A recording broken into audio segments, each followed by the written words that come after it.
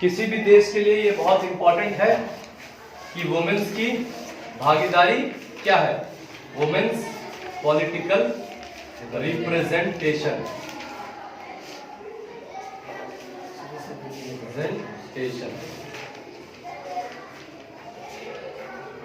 है ना।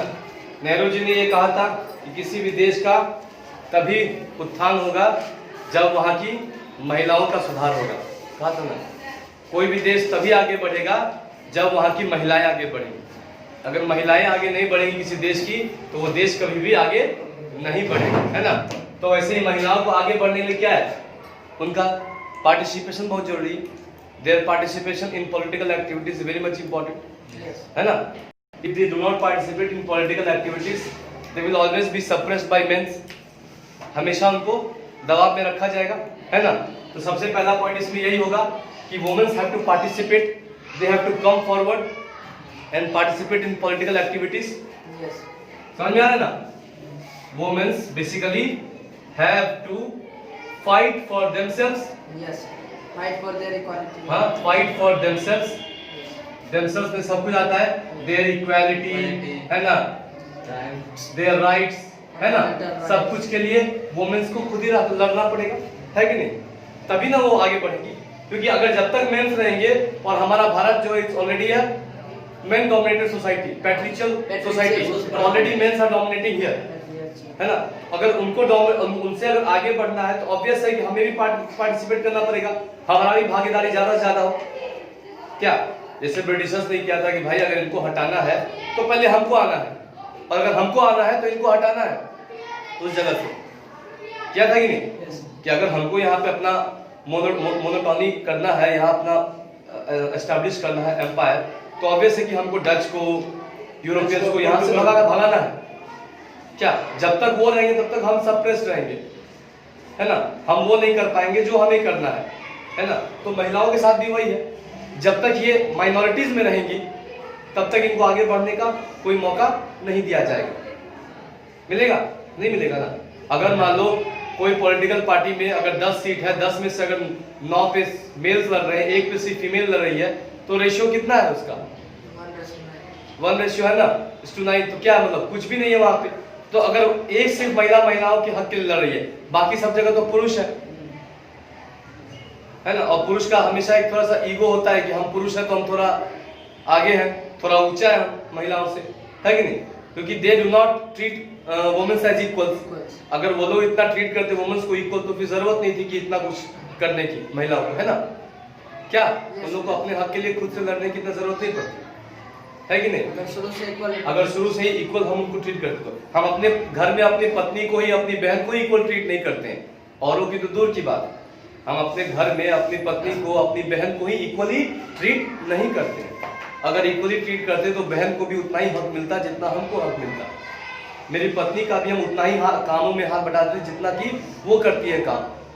क्या घर के कामों में उसका हम भी हाथ बटाते लोग, लेकिन वहां क्या होता है, वहां पे मेल ईगो आ जाता है, झाड़ू हम कैसे मार देंगे, हम तो मर्द है। होता है, हम शहरों की बात नहीं कर रहे, गाँव में आज भी होता है कि नहीं। उन लोग को वैसा सिखाया गया है, उन लोग को वैसा रखा गया है कि अगर हस्बैंड झाड़ू भी उठा ले तो सर लगता है कि कुछ पहाड़ टूट गया, है ना। ऐसे कैसे कर दिया, आप झाड़ू पकड़ लिए, ये तो हमारा काम है कि नहीं, कहते हैं कि नहीं। तो समझ में आ रहा है तुमको।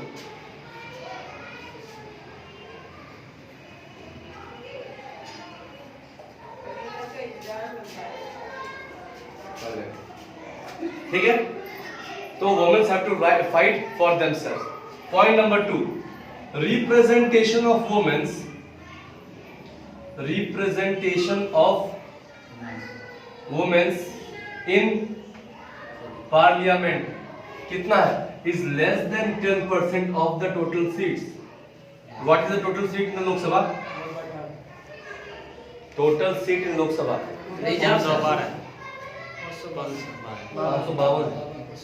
552, out of which 545 are working, बाकी साथ में कोई नहीं, है ना, डोमिनेटेड।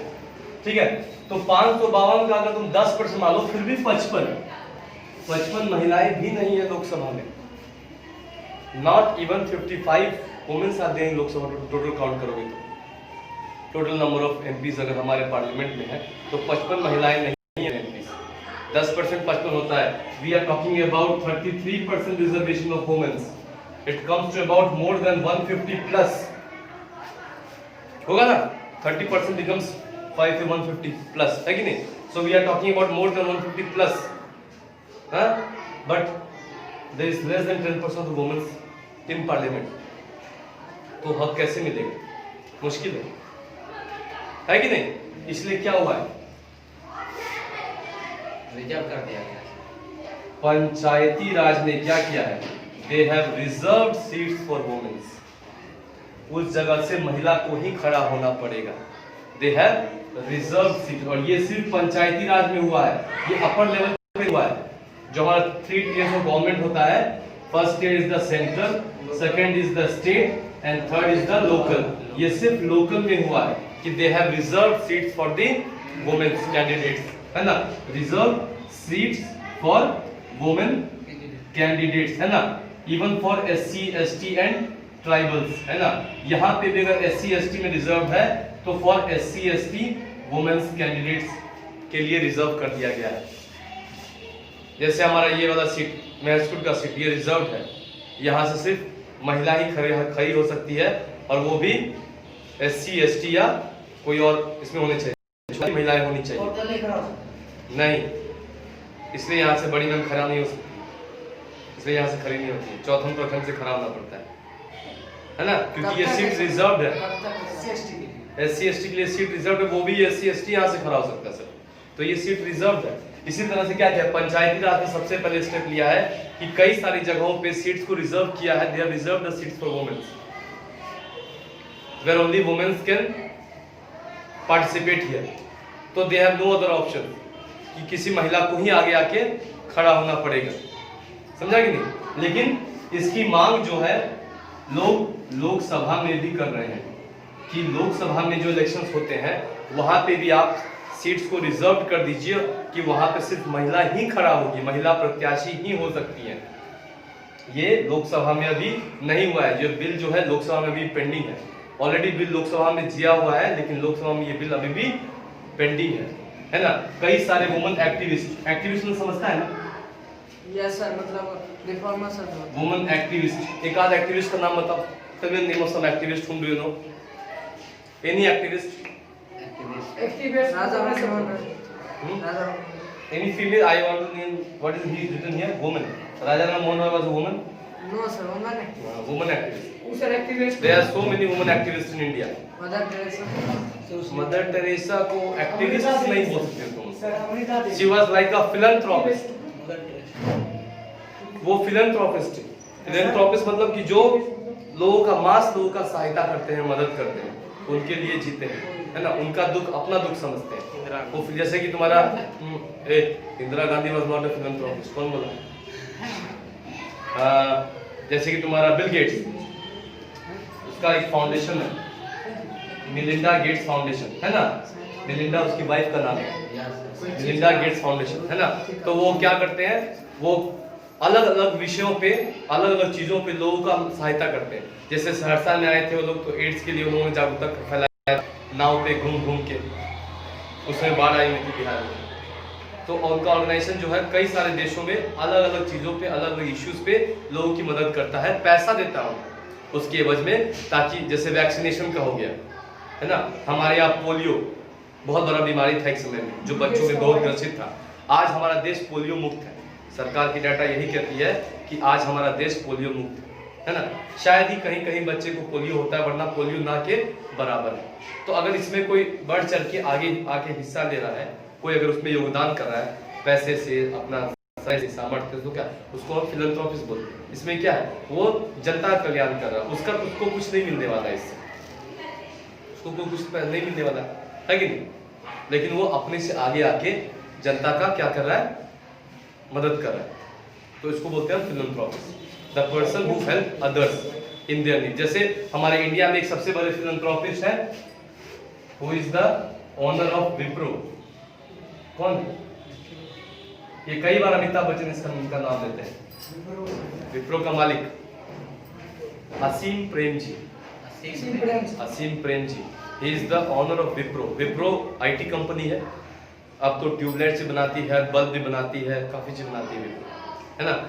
इन्होंने अपना सारा जीवन का पूंजी बच्चों की पढ़ाई को दे दिया, सारा जितना कमाया, जितना अरबों खरबों रुपया होगा इनका, सब कुछ बच्चों की पढ़ाई के लिए उन्होंने दे दिया। तो ये एक क्या है उनका एक सोच है, एक एटीट्यूड है कि अगर आगे बढ़ना है तो शिक्षा जरूरी है, और हर घर में शिक्षा को पहुंचना चाहिए, हर बच्चे को शिक्षा मिलना चाहिए, है ना। हमारा कॉन्स्टिट्यूशन भी यही कहता है कि 14 साल तक की उम्र तक हर बच्चे का ये राइट है, हक है कि उसे शिक्षा मिलना चाहिए, कहता है कि नहीं। लेकिन हमारे कॉन्स्टिट्यूशन में इसका कोई प्रावधान नहीं है कि अगर उसके माता पिता उसको नहीं पढ़ाते हैं तो उसके लिए उन्हें दंड दिया जाए। इसलिए ये क्या होता है, ये वाइड स्प्रेड चलता नहीं है, क्योंकि डर नहीं है लोगों को। क्या भैंस चराने भेज दिया, गाय चराने भेज दिया, वो तो बच्चा है, उसको तो जो बोला जाएगा वो करेगा। क्या एक छोटा सा बच्चा को, 6 साल का 7 साल का बच्चा को जो बोलेगा वही करेगा, है ना। बोलेगा घास काटो तो घास भी काटना शुरू कर देगा, जैसे ही उसे हो पाएगा, है कि नहीं। क्योंकि वो अपने हक के लिए नहीं लड़ सकता है, क्योंकि वो बच्चा है अभी, उसको समझ है ना, उसको समझ में भी उतना समझदारी नहीं है ना। तो उसके हक के लिए कौन लड़ेगा, सरकार। लेकिन सरकार ने सिर्फ प्रावधान बना दिया है, उसके ऊपर तो कोई स्ट्रिक्ट लॉज नहीं है। जैसे कि रेप के लिए प्रावधान बना हुआ है, अगर आपने किसी का रेप किया तो अंडर सेक्शन 356 आपको बुक किया जाएगा फॉर रेप चार्जेस। लेकिन इसमें क्या है, इसमें कोई स्ट्रिक्ट पनिशमेंट नहीं है, कोई स्ट्रिक्ट पनिशमेंट नहीं है इसमें। बुक होगा, उसके बाद देखा जाएगा, फिर वो कोर्ट में चलेगा, कितना दिन चलेगा, विक्टिम जिंदा रहा नहीं रहा, मार दिया गया, क्या कोई स्ट्रिक्ट रूल्स नहीं है। आपने बस एक कहने के लिए रूल बना के छोड़ा हुआ है ना। लेकिन रूल तभी होता है जब वो स्ट्रिक्टली उस पर फॉलो किया जाए, और उसका लोगों के अंदर डर रहे कि अगर हम ऐसा नहीं करेंगे तो मेरे साथ ऐसा होना ही है। क्या तो वही हमारा आर्टिकल 21 ये कहता है कि every child has the right to learn up to the age of 14। लेकिन ये सिर्फ लिखा हुआ है, क्योंकि ऑब्वियस बच्चे अपना हक खुद से नहीं लड़ सकते, तो उनके एवज में कोई तो होना चाहिए लड़ने के लिए, है ना। जब तक कि गार्जियन को ये सारी लगे कि अगर हम अपने बच्चों को नहीं पढ़ा रहे हैं, और अगर चेकिंग हो जाए और मेरा पकड़ा जाए कि मेरा बच्चा नहीं पढ़ रहा है, तो हमको जेल का हवा खाना पड़ेगा।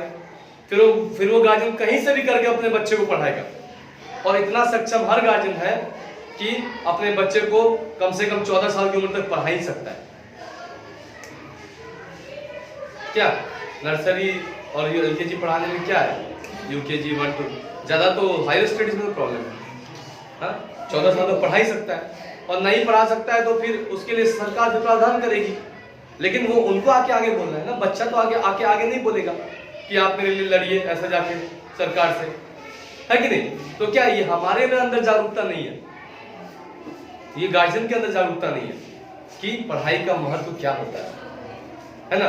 तो इसमें क्या है तीसरा कि वुमेन एक्टिविस्ट, कई सारे वुमेन एक्टिविस्ट, फॉर एग्जांपल एक है आयरन शर्मिला, मेघालय से है ये।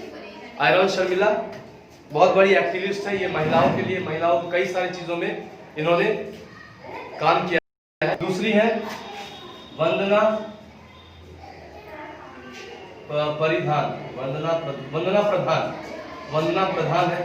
तीसरा मेघा, बहुत लोगों ने नाम सुना होगा मेघा पाटेकर का। और चौथा the first IPS woman IPS of India Kiran Bedi. ये तो सबको जानता है, फेमस है ना।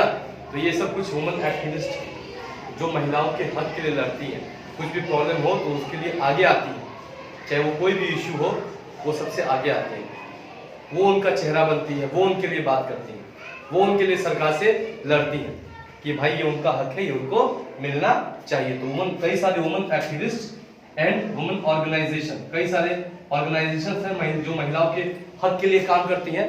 तो कई सारे ऐसे ऑर्गेनाइजेशन और कई सारे ऐसे एक्टिविस्ट आगे आके उन्होंने ऐसा वहाँ पे पिटीशन डाला है, वहाँ पे बिल डाला हुआ है कि भाई जैसे पंचायती राज में महिलाओं को रिजर्वेशन मिलता है, वैसे ही लोकसभा में महिलाओं को रिजर्वेशन मिलना चाहिए और ये अनिवार्य होना चाहिए कि वहां से महिला को ही खड़ा होना है, कोई दूसरा प्रत्याशी को खड़ा कर ही नहीं सकते हैं वहां से। समझा कि नहीं? हाँ, और क्या दिया हुआ है बुक में? इतना ही दिया हुआ। समझ में आया इतना? कोई दिक्कत? चलो लिखो, जल्दी जल्दी लिखो, बहुत है अभी।